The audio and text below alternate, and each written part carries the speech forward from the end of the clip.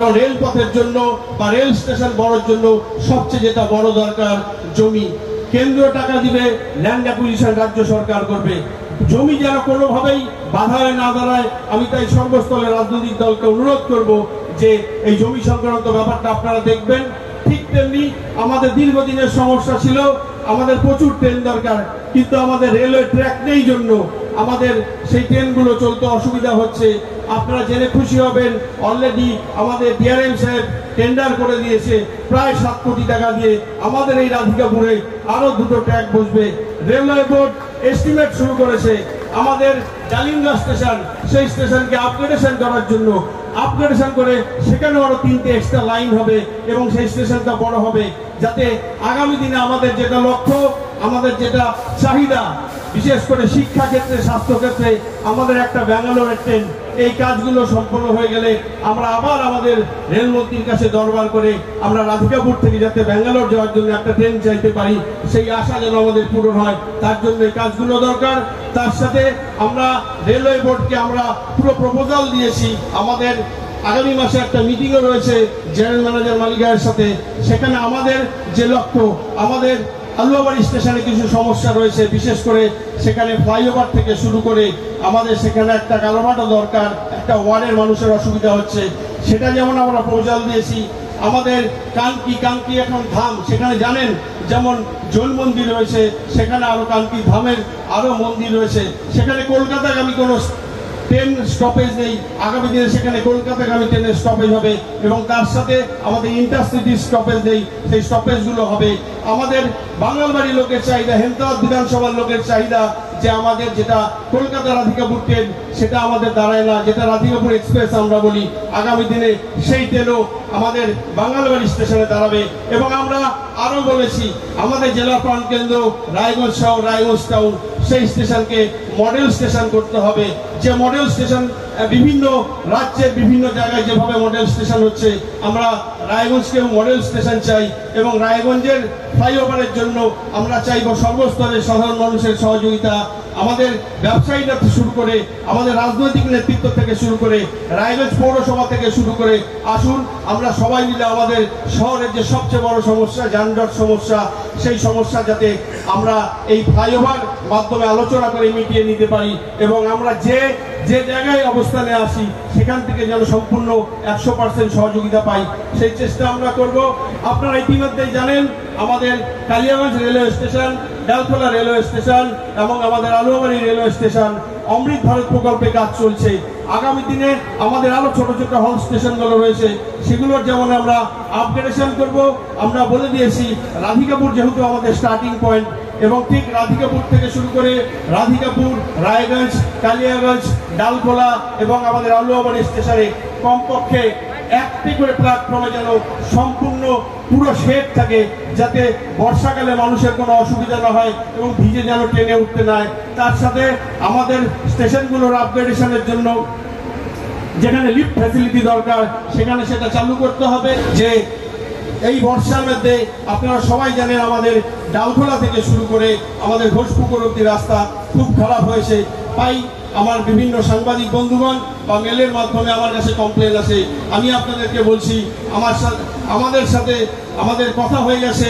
আমাদের যিনি মিস্টার নাকবি সাহেব আছেন, যিনি কলকাতার NHI ডিপার্টমেন্টে থাকেন, অলরেডি টেন্ডার কমপ্লিট হয়ে গেছে এবং এটুকু শুনে রাখুন, আগামী 7 দিনের মধ্যে পূর্ণাঙ্গ কাজ শুরু হয়ে যাবে। আমাদের ডালখোলা থেকে শুরু করে আমাদের ঘোষপুকুর অব্দি পুরো কাজটা শুরু হয়ে যাবে। এবং তার সাথে আমাদের আরো কিছু চাহিদা রয়েছে। আমি চেষ্টা করছি, আপনারা শুধু একটু আশীর্বাদ করুন। আমাদের লক্ষ্য রায়গঞ্জ ভার্সুজিয়া সড়ক পথ, সেটাও আমি আমাদের পরিবহন মন্ত্রীর সাথে যোগাযোগ করেছি। তিনি আশ্বস্ত করেছেন যে তিনি খুব তাড়াতাড়ি সেই ব্যাপারটা দেখবেন। এবং তার সাথে আমাদের যেগুলো সমস্যা রয়েছে, আমি সর্বস্তরে রায়গঞ্জের সাধারণ মানুষকে অনুরোধ করব, বা আমাদের যারা বিভিন্ন সংগঠনে রয়েছেন, ব্যবসায়ী সংগঠন থেকে শুরু করে আরো বিভিন্ন সংগঠন রয়েছেন, আমি সবাইকে অনুরোধ করব, যদি কোনো আপনাদের সুপরামর্শ থাকে, কারণ আমি সবকিছু জানি না, আপনারাই আমার চলার পথ হবেন। আপনারা সেই সুপরামর্শ দিয়ে যাতে আমাদের জেলার একটা তকমা রয়েছে, পিছিয়ে পড়া তকমা, সেই তকমাটা যেন আমরা ঘোচাতে পারি। এবং আমি আবারও বলছি যে আমাদের জেলার উন্নয়নের ক্ষেত্রে আমার যার কাছে যেতে হয় আমি যাব। আমি যদি অন্য কোনো রাজনৈতিক দলের প্রতিনিধির কাছে যেতে হয় আমি সেখানে পৌঁছে যাব, কারণ লক্ষ্য একটাই আমাদের, সেটা হচ্ছে আমাদের পরবর্তী জেনারেশন যেন বলতে না পারে রাজনৈতিক নেতাদের ইগোতে আমাদের জেলা পিছিয়ে আছে। তাই আমরা সবাই মিলে ইগো ত্যাগ করে আমাদের যে যেখানে দরকার আমরা যেন এগিয়ে নিয়ে যেতে পারি।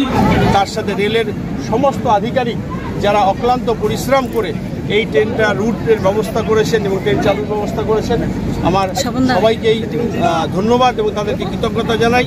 এবং তাদের কাছে আরও আমার অনুরোধ, তারা যেভাবে আমাদের রাধিকাপুর থেকে শুরু করে হালুয়াবাড়ি অবধি রেল উন্নয়নের জন্য তারা অক্লান্ত পরিশ্রম করে চলেছে, তাদেরকে আমি ধন্যবাদ জানাই। রাধিকাপুরে এক অনুষ্ঠানে আমরা দেখলাম যে আপনি রেলমন্ত্রীর কাছে একটা দাবি পেশ করলেন যে এখানকার শিক্ষা স্বাস্থ্য মানে খুব বেশি সুবিধা নেই, তার জন্য মানুষকে ছুটে যেতে হয় ব্যাঙ্গালোরে, তার জন্য একটা ট্রেনের দাবি করলেন। কতটা আশাবাদী?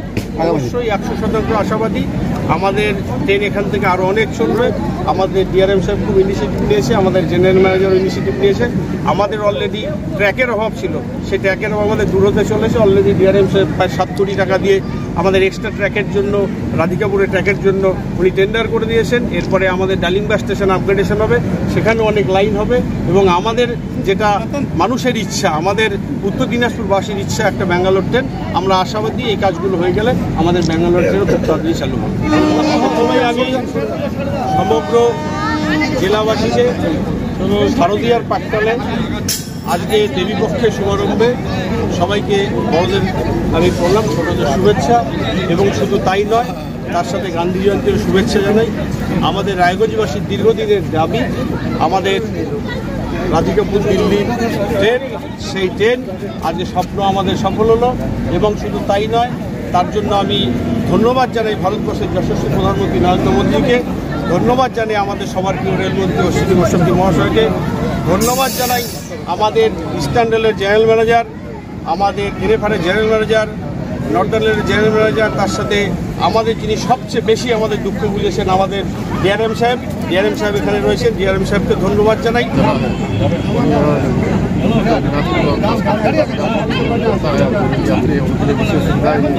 और भविष्य में भी इस तरह का जो सुविधाएं उनको और बढ़ाया जाएगा। जैसे कांग्रेस सांसद ने बोला था, हम सभी कार्यों को पूरा करने का हम लोग प्रयास करेंगे। কি ভাই, কোথা থেকে কোথায় যাচ্ছ? কালিয়াগঞ্জ থেকে আনন্দবিহারে যাচ্ছি আমি। কেমন লাগছে দিল্লি ট্রেন চালু হওয়াতে? খুব ভালো লাগছে। নাম কি?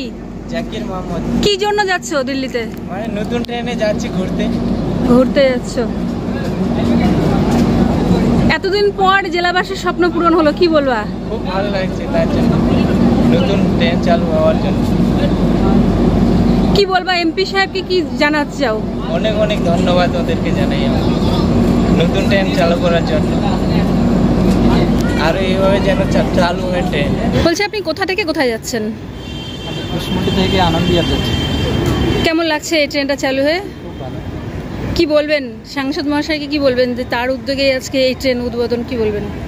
আমি বলবো যে আগামীতে আরও চালু হোক, জনগণের সুবিধা হচ্ছে, এরকম আরও ট্রেন চালু হলে ভালো। বলছি করোনা কাল থেকে ট্রেনটা বন্ধ ছিল, কি বলবেন? ভালোই আছে, ভালো লাগছে, ট্রেন চালু হলে খুব ভালোই লাগছে। কি বলবেন সাংসদ মহাশয়কে, কি বলবেন? খুবই ভালো লাগছে, ওনার এই প্রথম এটা কাজ হলো ট্রেন একটা রেলে, খুব ভালো কাজ। আপনার নাম? আমাদের